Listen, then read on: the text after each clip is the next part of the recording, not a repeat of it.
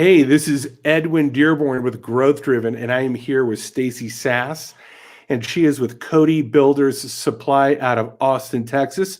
And we're going to dive deep into what is driving growth for her. But here's our message.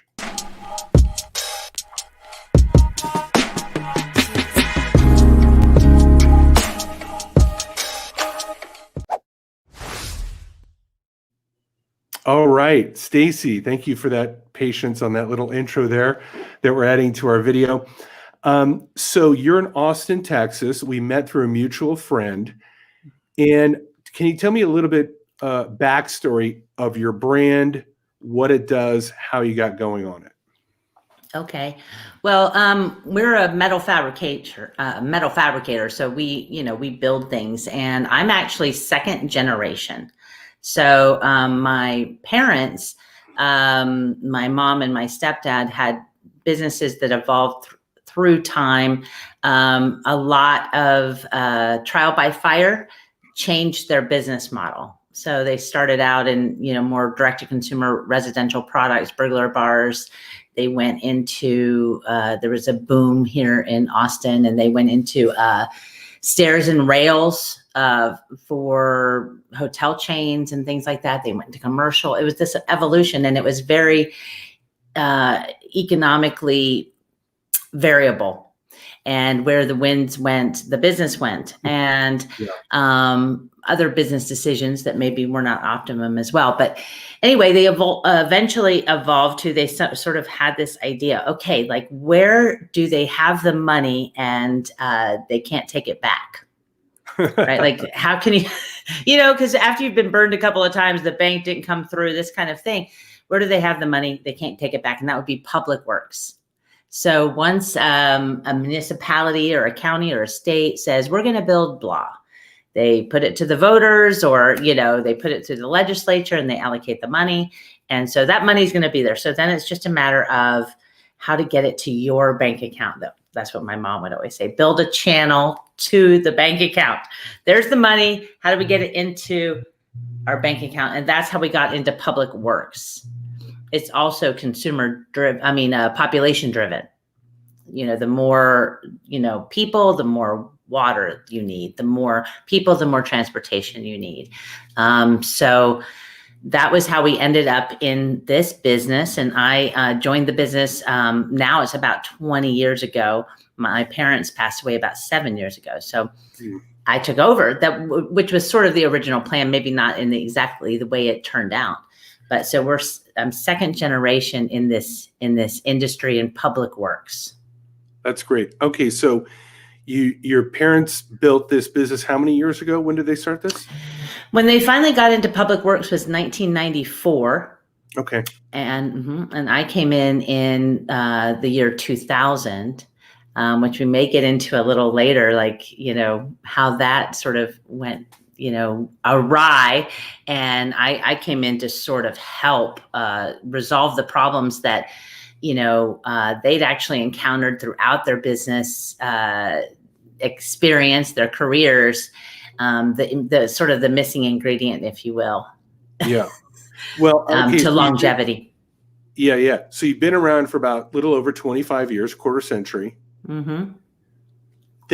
What I understand from what you told me, they kind of went in with one strategy, but it evolved basically on, hey, let's chase the dollars and the opportunities, which is what really entrepreneurship is about, is how do you remain, liquid in your motions? How do you remain opportunistic to see where things are going? And I think a second thing you brought up, which is going to be a point here, even more so, I believe, in the next decade, you said your business is population driven. We're going to see a lot of people migrating to Texas, to Idaho, to Nevada, where I live in Las Vegas. I live in Henderson. 70% of the people that live in the city are former Californians. So we're going to see. I think we're working on that ratio here in Austin. Yeah. A lot of places are working on that ratio. My point is that I think a forward-looking entrepreneur that wanted to start something like you would go, okay, I need to go where the population is going. hence the opportunity, whether it's Boise, Austin, Tampa, Las Vegas, we're going to see a mass migration.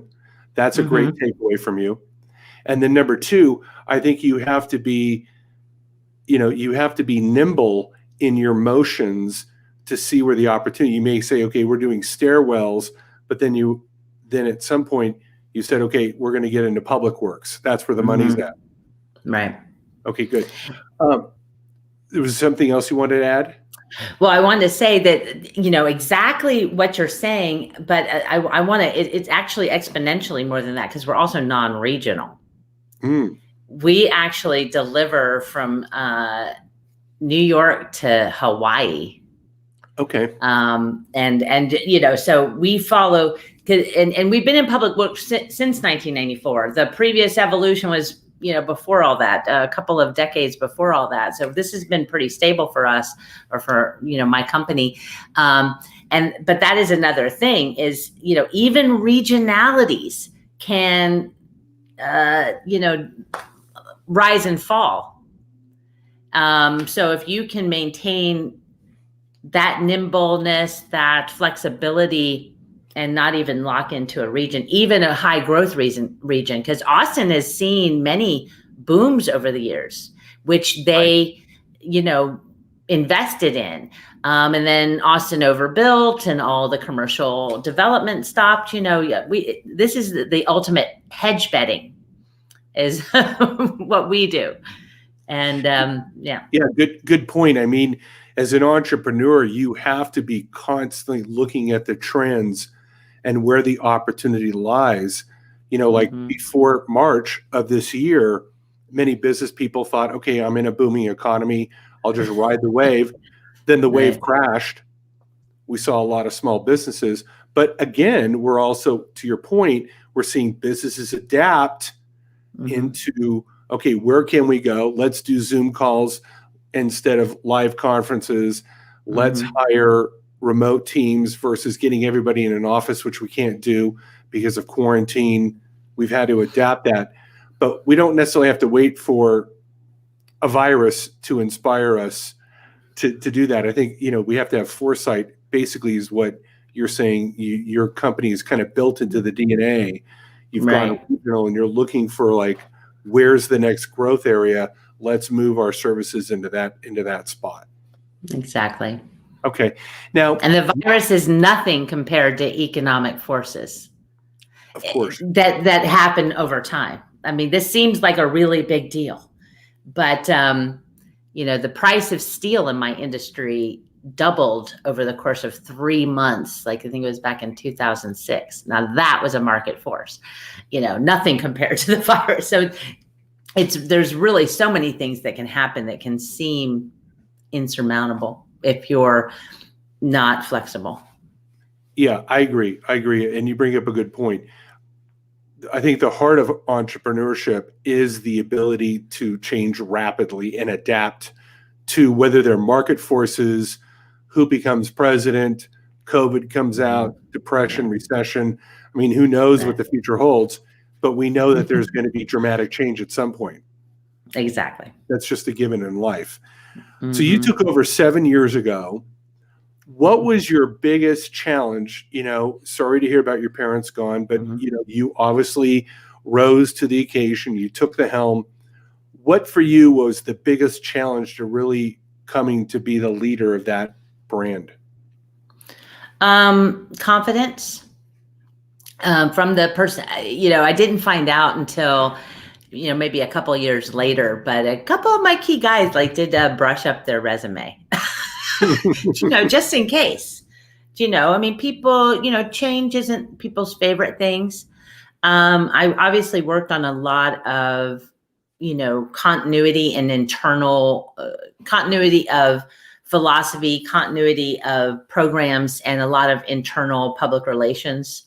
I was on a lot of the customer communications. I did the contract administration before, a lot of the negotiation before. So the customers weren't worried, but internally there was, surely some concern. Okay, so you had to shore up team confidence with some internal public relations to let them know that you had control. The company's not going anywhere. We've got this. You can believe in leadership, and you're always going to have a job. Right. Okay, good. Right. So now, once you got the team to buy in on the new leadership, what was the next initiative that you took externally to start to drive growth for your business? Externally? Yeah, like obviously you have to get more clientele. You have to fill the funnel with opportunities. Right. How did you go, okay, now we're going to grow the business this way? What was your next initiative after kind of really solidifying your position as leader? Right. And I did have a specific strategy. What we did now in public works, right? It's, we cheat because all the projects we do are published. You just have to find them. And there's services that collate them and categorize them by region and provide you with the information because the government's required to publish their planning and open bid process. But what we did specifically at that moment, and this was, longevity geared as well, we concentrated on what we did absolutely the best at. There's a lot of different types of projects we do, regions we do well in, new things we've tried. It's a funny story. Up in the Pacific Northwest at one point, they were doing a lot of investment on fish hatcheries and fish infrastructure. There's such things as a fish ladder. I mean, who knew? Okay. Oh, yeah. And they're public works and they deal in the type of materials and craftsmanship that we specialize in. So we bid on them, but that was, we lost money the first time and did better and on subsequent projects. And then they quit investing in the area. So what we very specifically did is concentrate on our core competencies, what we do absolutely the best at, what we're going to have the highest batting average.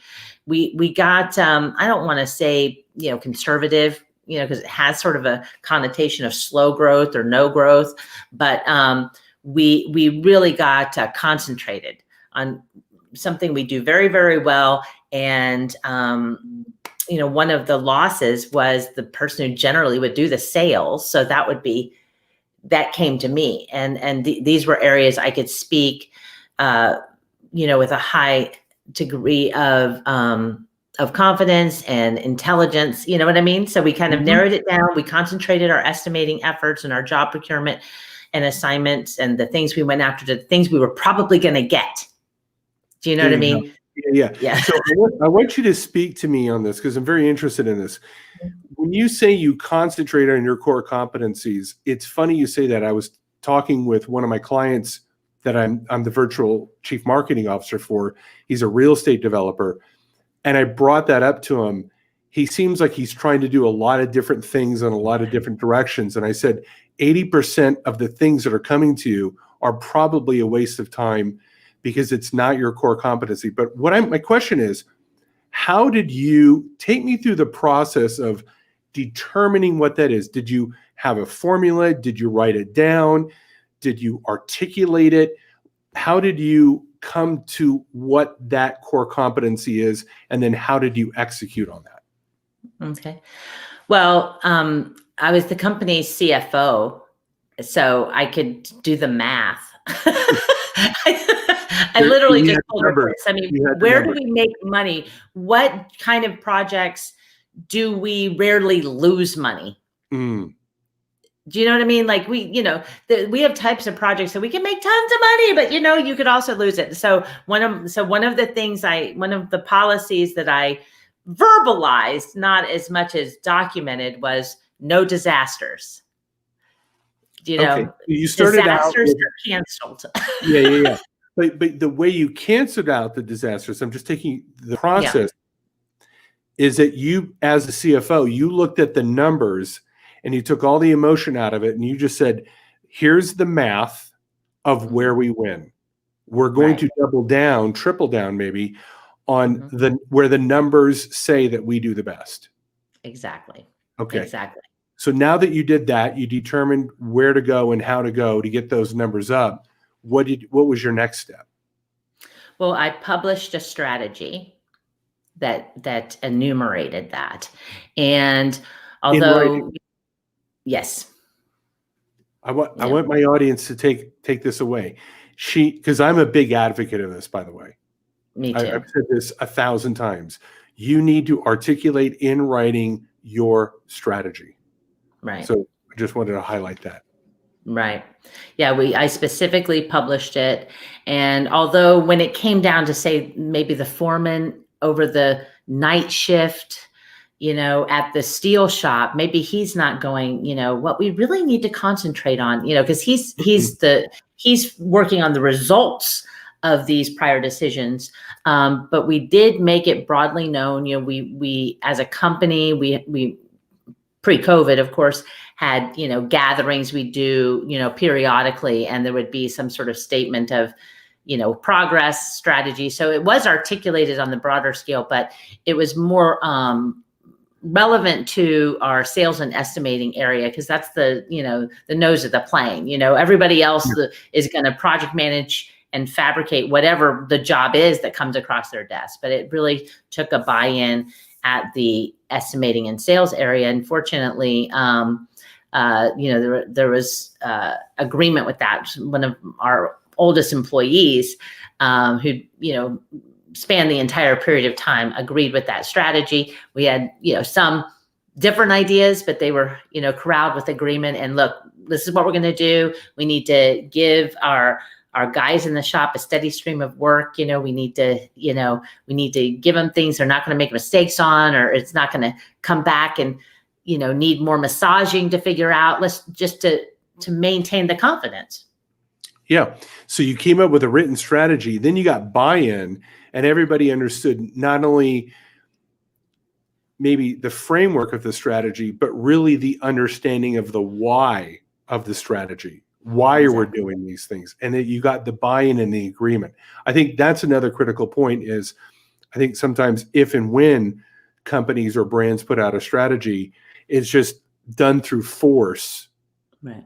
Or this is the way it is, and begrudgingly people do it without building that internal buy-in, particularly with long-term employees that are so critical to your success. Right. Yeah. Right. Okay. So now you got the buy-in with the written strategy. Tell me what you did next to kind of start executing to kind of fill the funnel with more opportunities. Well, so we, with the narrowed scope of opportunities we described to pursue, we pull them off a server practically, right? It's a search engine that tells us what kind of projects are like that. And that's what we invested all of our estimating, man hours into, and drove the number of estimates, which, we have a ratio. Every once in a while we figure it out, 10 to 1-ish. Yeah. 10 estimates to one sale in our area. So we just drove that number. If you can do 10 estimates, you can do 20. So therefore you can have 2 sales. So we just pushed those types. Also the ones we're best at, we estimate faster. It makes sense. That makes sense. Yeah. Did you adopt new technology at that point, like CRMs or project management software? Like how much money and time and effort did you put into building that infrastructure to support that strategy? None. We just took our existing infrastructure, our existing training materials, our existing processes. Okay. And the big strategic change was let's focus on what makes us the most money. We bid faster, we do better work, we make more money, everything's just streamlined because we rarely lose. We rarely lose. Right. I think, it's so good that you're bringing this up. I think that, you could do a lot of marketing and create a lot of opportunity, but if it's really not the right fit for your brand or your team or your processes, it doesn't matter how much business you bring in if it's the wrong thing or the wrong public or audience. Where do you, since COVID hit in March, was there any adjustment that you had to make? Was there any pivots that you had to deploy to kind of survive or take advantage or somehow move with the times? Well, sort of, it's interesting because sort of the original hypothesis of this line of work of, the money's always there, there's always going to be a need, it's always going to be a growing need, really came into play on COVID, because we are you ready for this, ladies and gentlemen? Critical infrastructure. So not only did we not stop, we got letters from our customers who are working, which are general contractors working on job sites from New York to California, saying they're ordered to work. So I don't recommend it, but if you ever read a COVID order, if you get down to the bottom, it'll almost say something like, and none of this applies to critical infrastructure because you're required to work, because people need transportation, people need water. The projects that we're on don't necessarily provide transportation and water because there are expansions or renovations or something along that, but it's part of civic planning. It's part of the planning that's been done to keep the population alive and moving. Right. Okay. So we've been able to do well. We did make adjustments, work from home, some overtime curtailment to prevent overcrowding, and minor adjustments. But it's been the sort of recession proof business it was meant to be at the beginning, or tides proof. Mm-hmm. Okay, good. And it's funny you say that, because when you said recession-proof business in March, that was my epiphany as a chief marketing officer, was I'm going to go after recession-proof businesses, because if I'm servicing clients that are not essential, then my services become non-essential. Mm-hmm. But if I serve the essential, then I, by default, become essential. Or critical infrastructure. Don't leave out critical infrastructure. Critical infrastructure. Absolutely. Absolutely. Yeah. And that's part of the pivots. Like, we got into going after bookkeepers and accountants and home services, plumbers, auto mechanics, things that have to operate regardless of, if your pipe busts, you need a plumber now, regardless of social distancing. With or without a mask. With or without a mask. Your house is flooding, someone needs to come over. Mm-hmm. And we were looking for that type of business that would always be in business. And interestingly enough, those industries grew dramatically because they were needed more than ever. So going forward now, what is kind of your grand vision for your company? How do you see yourself growing your business even more so in the coming years? Well, thank you. So with that basis, which was just reaffirming the base, like building the base solidity of our little ecosystem there, our little economic, our microeconomic system, we've been able to create such a strong basis, both financially, personnel-wise, with our systems, that we can take on a lot more exciting opportunities.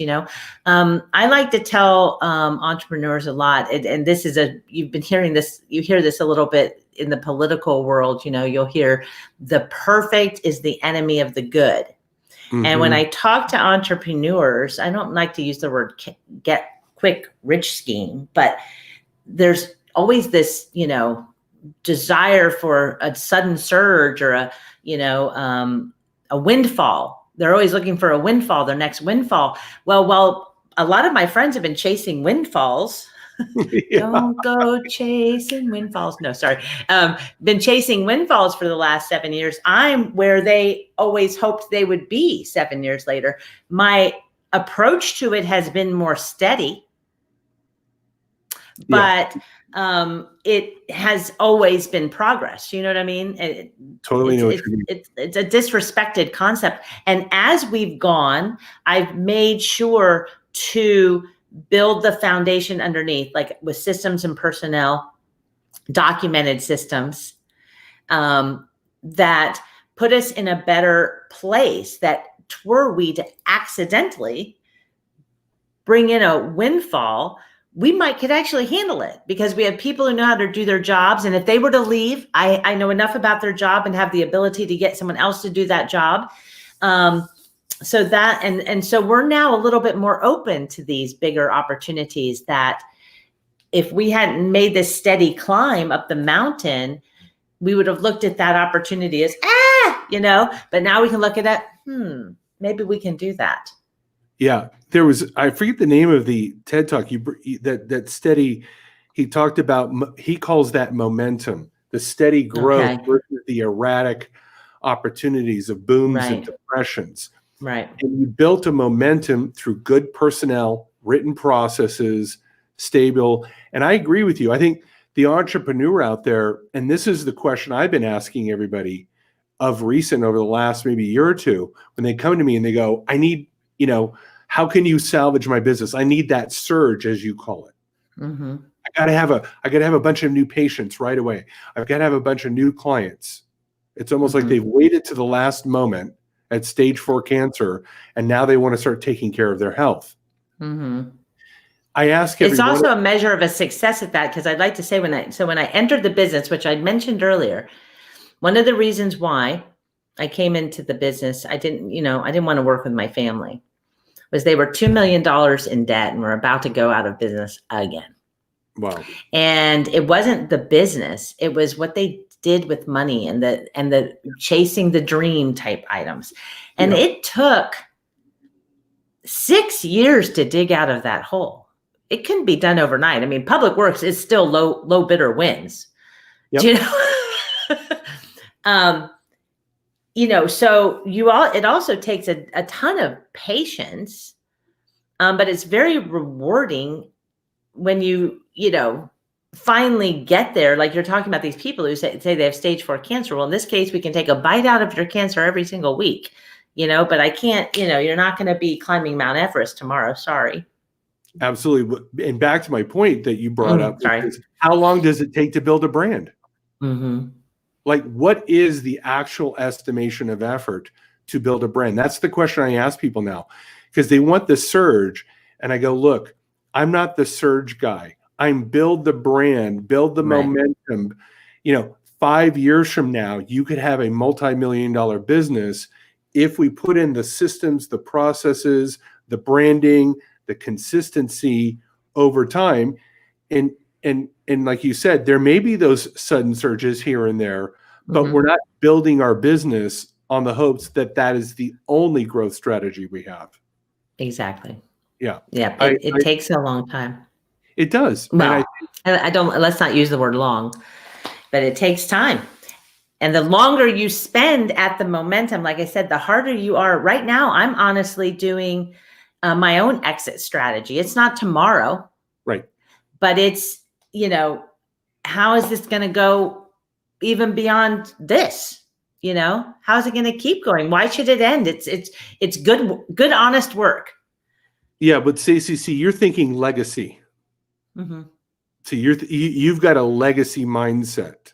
You're thinking long-term. I'm the same way, which is I'm not just building growth-driven or any of my businesses for next week, but to attract enough attention to bring on enough partnerships so that when I make the money, I can invest it in other projects. And now my money is making money, and the systems and the businesses are making the money versus me having to grunt it out every single day. I've got that 10 years look down the road, which seems that you've really got that legacy mindset. Yeah. Great. Let me ask you something before we end off. If you were to be in a room as the keynote speaker, or you had an hour or 2 days or whatever amount of time you felt was necessary to coach people that are looking to start a business, maybe not exactly like yours, but similar. Maybe they're going to get into HVAC or plumbing or whatever it is. what would you say is the most critical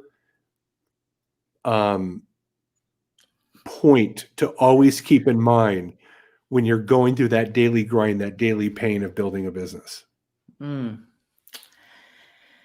that's a tough one. I would say my experience, especially in the construction world, is that you have a person who is a great plumber. I have a great plumber. I know someone who's a great plumber. I mean, I call him the pipe whisperer. Okay. He's amazing. Like it's bizarre. Yeah. He answers his own phone. Yeah. I mean, he's never going to, get anywhere. He's going to work, 12-hour days delivering incredible service, creating a bevy of loyal customers. Yep. And then he's going to burn out at, 58, 62 and, whatever. Even though the product that you're delivering and the craftsmanship and the service that is so important, it really is the administration.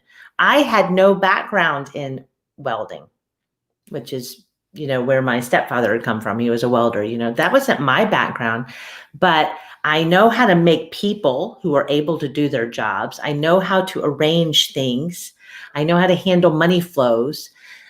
So I would say that, especially in the construction industry, you need an administrator and you need to yield at times to that administrator. I have a really good friend who worked with her dad, who was an electrician, and he was a great electrician. And she decided to come into the business and generated him so much business, and he resisted it, didn't like the way she did this, that, or the other. And but you could have been a contender. You know what I mean? Right. Yeah. It takes that. Yeah.